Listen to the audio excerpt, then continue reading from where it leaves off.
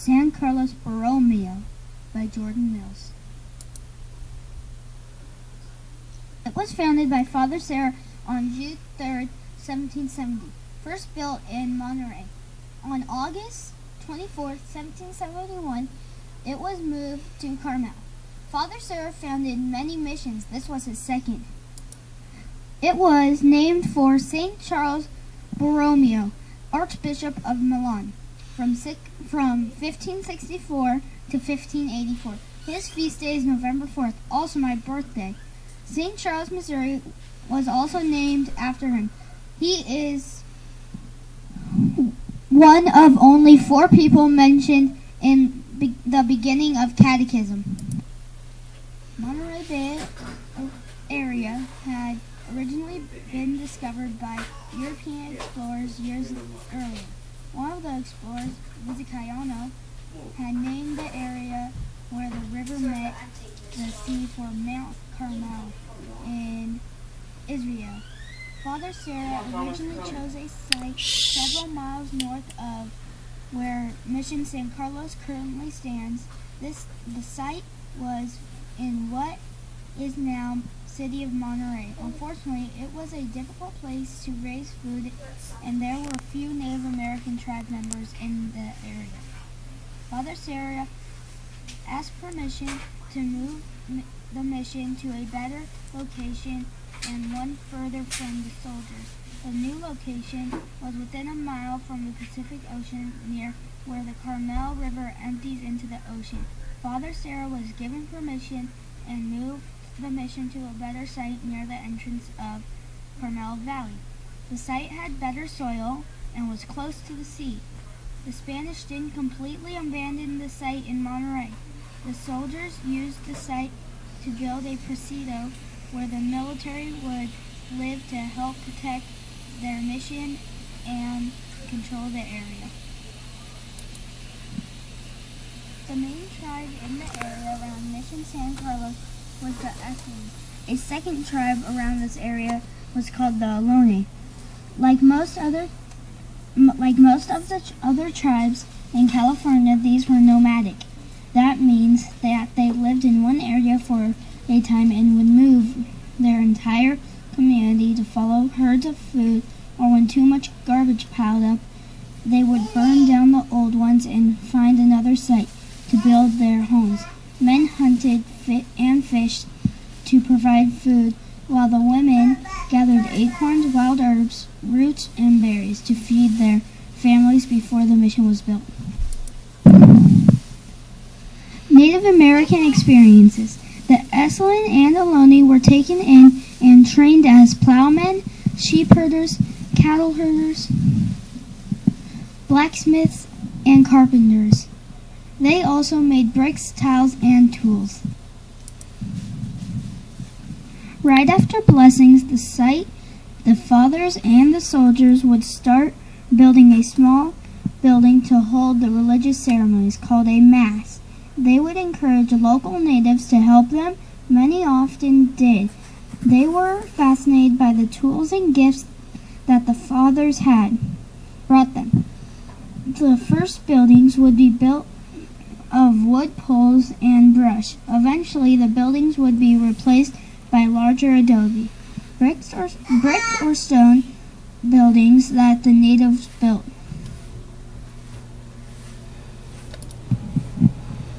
Life at the mission was difficult for both the fathers and natives. Those that lived at the mission went by a strict schedule. The fathers were used to this type of lifestyle, but the natives were not. The structure of the mission life was one of the reasons many native Californians tried to leave. Events at the mission were signaled by the ringing of the mission bells. Every day started around sunrise, about 6 a.m. The mission bells would ring to wake everyone and summon them to the Mass. Morning prayers. Prayers lasted for about an hour, and then everyone would go to breakfast. Atole, a type of soup made from barley and other grains, would be served. Breakfast took about 45 minutes, then it was time for everyone to go to work. At noon, the bells would ring again for everyone to gather for dinner, what we call lunch. Lunch was normally pozole, another thick soup with beans and peas. After the afternoon break, everyone returned to their work, and another 2 to 4 hours, depending on how much work there was to be done, a last bell would be rung to end the workday. Another serving of atole would be served, and the neophytes would be able to rest until it was time for bed.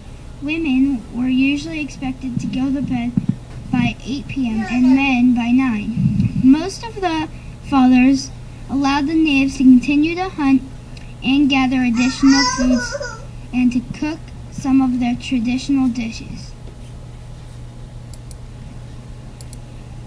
The fathers were responsible for running the mission and instructing the new converts and children in the Catholic faith. Most of the men went to the fields to tend the crops or to help with the animals, while women stayed at the mission and worked on domestic chores such as weaving cloth and making cloths, boiling down fat to make soap and candles, and tending to the vegetable gardens. Children often helped at these chores around the mission once their religious instructions were over. Depending on the particular industries at the mission, there also might be Native Americans that did leatherwork, metalwork, winemaking, and pressing olives for olive oil. Living at the mission was often difficult for new converts. They were used to working when work needed to be done and resting when they were tired. The mission lifestyle was different. The natives were the main source of labor for the mission. Agriculture and ranching required constant tending to the crops and animals. Without this labor, the mission would not have been able to survive. Many native people missed the freedom of their tribal life and would try to leave the mission. The fathers wouldn't allow them to go and would send soldiers to search them and bring them back. Runaways were usually punished for breaking the rules. The mission today. Nothing much was done to help the mission ruins until the 1800s. In 1920, part of the mission was restored and a roof was replaced. The Catholic Church rededicated the mission as a Catholic parish in 1933. It has been designated a National Historic Landmark by the National Park Service. The mission is also an active parish church of the Roman Catholic Diocese of Monterey. It hosts concerts, art exhibits, lectures, and other community events. It is a museum for the public. There are 4 specific museum galleries. It is the location of the Junipero Serra School. Fun and interesting facts. Father Serra is buried here. The mission has unique architecture with stone walls and an arched ceiling. Also, it is one of the most beautiful churches of all the mission.